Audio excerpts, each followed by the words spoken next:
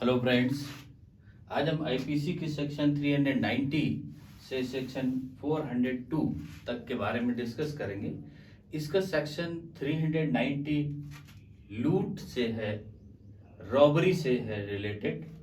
इसमें जो चोरी है, अभी इसके लास्ट पार्ट में डिस्कस किया, जो चोरी है, जो थेफ्ट है, जो एक्सटॉर्शन है, दो चीजों के बारे में अभी हम लास्ट पार्ट में डिस्कस किया। तो जो सब प्रकार की लूट होती है उसमें चोरी और उद्दीपन होता है।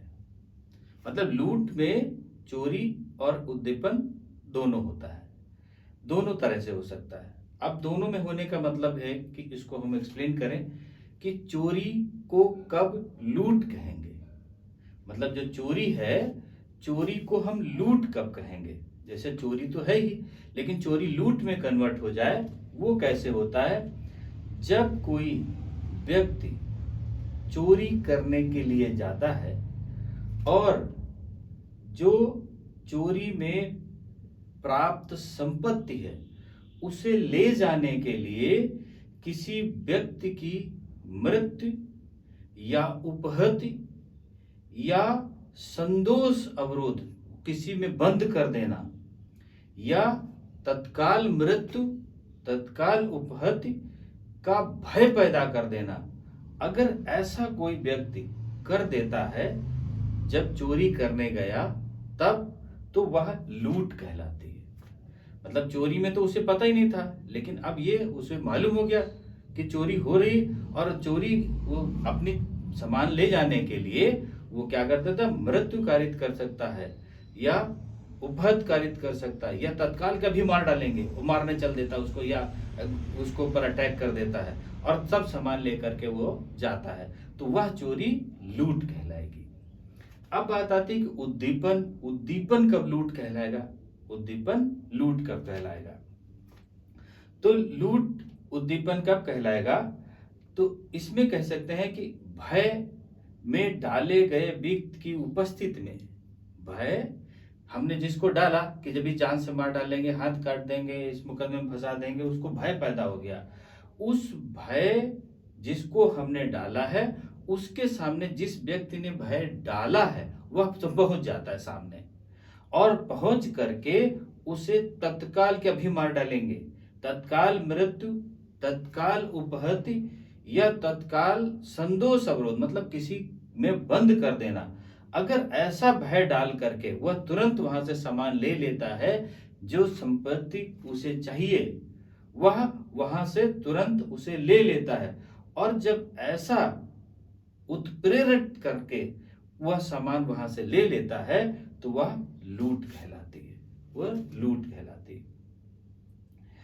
अब लूट का एक ही उद्देश्य होता है, धन प्राप्त करना। धन प्राप्त करना एक उद्देश्य होता है लूट का, और लूट में उस व्यक्ति से जिसके कब्जे में वह संपत्ति, वह चीज होती है, उससे जबरदस्ती भय या मारपीट, जान से मार डालना, या उपहत कारित कर देना, या संदोष अवरोध, एक जगह बंद कर देना, इन चीजों से वह चीज ले ली जाती है जबरदस्ती, तो वह लूट कहलाती है। अब सेक्शन 391 में कहा डकैती क्या है। अभी चोरी समझ में आ गया, उद्दीपन समझ में आ गया, और उसके बाद में लूट क्लियर हो गई। अब बात आती डकैती क्या होती है। डकैती में 5 व्यक्ति होना कंपलसरी है। 5 या 5 से अधिक व्यक्ति, 5 से ज्यादा भी हो सकते हैं, 5 व्यक्ति या 5 से अधिक व्यक्ति जब लूट करते हैं, लूट तो भी क्लियर हो गया, केवल संख्या बढ़ गई लोगों की। जब 5 या 5 से अधिक व्यक्ति लूट करते हैं तो वह लूट डकैती कहलाती है, या लूट का प्रयास करते हैं तो वह डकैती का प्रयास कहलाती है। तो ये सेक्शन 391 में कह दिया। अब सेक्शन 392 में, सेक्शन 391 तो ये हो गया, सेक्शन 91 में डकैती हो गई। सेक्शन 392 में कहा पनिशमेंट फॉर रॉबरी, लूट के लिए दंड क्या होगा। सेक्शन 392 में लूट के लिए दंड कहा कि अगर कोई व्यक्ति लूट पाट करता है तो वह 10 साल के कठोर कारावास से और जुर्माने से दंडित किया जाएगा। लेकिन अगर वह व्यक्ति किसी राजमार्ग पर सूर्यास्त के बाद और सूर्योदय के पहले मतलब रात में अगर कोई व्यक्ति ऐसी ही लूटपाट करता है तो उसे 14 साल तक की सजा जो आजीवन कारावास तक कन्वर्ट हो सकती है से दंडित किया जाएगा। ये सेक्शन 392 में आ गया। सेक्शन 393 में कहा अटेम्प्ट टू कमिट रॉबरी, लूट करने का प्रयास, लूट करने का प्रयत्न। अगर कोई लूट करने का प्रयत्न करता है, लूट नहीं पा रहा, लूट नहीं पाया, लूट करने का प्रयत्न कर रहा तो उसे 7 साल की सजा और जुर्माना दोनों से उसे दंडित किया जाएगा। सेक्शन 394 में कहा voluntarily causing hurt in committing robbery, लूट करने में स्वेच्छा या उपहत्य कारित कर देना। सेक्शन 394 कहता है कि कोई व्यक्ति लूट करने जा रहा है या लूट कर रहा है, लूट करने का प्रयत्न कर रहा है और वहां जब पहुंच करके लूट कर रहा है उस समय वो उपहत्य भी कारित कर देता है। उपहत्य कारित करना मतलब किसी को शरीर को क्षति पहुंचा देता है, हाथ काट देता है या और कोई शरीर की क्षति पहुंचा देता है। तो अगर ऐसा कोई कृत्य करता है तो उसे आजीवन कारावास या 10 साल का कठोर कारावास और जुर्माना दोनों से उसे दंडित किया जाएगा। सेक्शन 395 कहता है पनिशमेंट फॉर डकैती। अभी लूट की बात आ गई, अब डकैती की बात आ गई। सेक्शन 395 कहता है पनिशमेंट फॉर डकैती। डकैती के लिए क्या होगा? आजीवन कारावास या 10 साल का कठोर कारावास और जुर्माना दोनों से उसे दंडित किया जाएगा। सेक्शन 396 कहता है डकैती विद मर्डर, डकैती विद मर्डर। अगर डकैती भी की जाए, सेक्शन 396 कहता है कि अगर डकैती की जाए, 5 व्यक्तियों से अधिक मिलकर के डकैती की जाए और डकैती करने में से उनमें से कोई एक व्यक्ति या 2 व्यक्ति मिल करके किसी की हत्या कर देते हैं, किसी की हत्या कर देते हैं वहां पर, तो डकैती के साथ में हत्या हो गई और ऐसी हत्या के लिए आजीवन कारावास या 10 साल का कठोर कारावास और जुर्माना दोनों से उसे दंडित किया जाएगा। अब ये बात नहीं कि 5 लोग गए थे, 6 लोग गए थे, 7 लोग गए थे, उसमें से 2 लोगों ने मारा या 1 लोग ने जान से मार दिया तो बाकी 5 लोगों को सजा नहीं होगी, ऐसा नहीं। वो जितने लोग गए हैं, 5 या 5 से अधिक लोग डकैती करने के लिए और मर्डर वहां पर हो गया तो उन सबको वही दंड मिलेगा, चाहे एक ने ही उसको क्यों ना मारा हो। सेक्शन 396 में ये बात कही थी। सेक्शन 397 का रॉबरी और डकैती with attempt to cause death और ग्रीवियस हर्ट।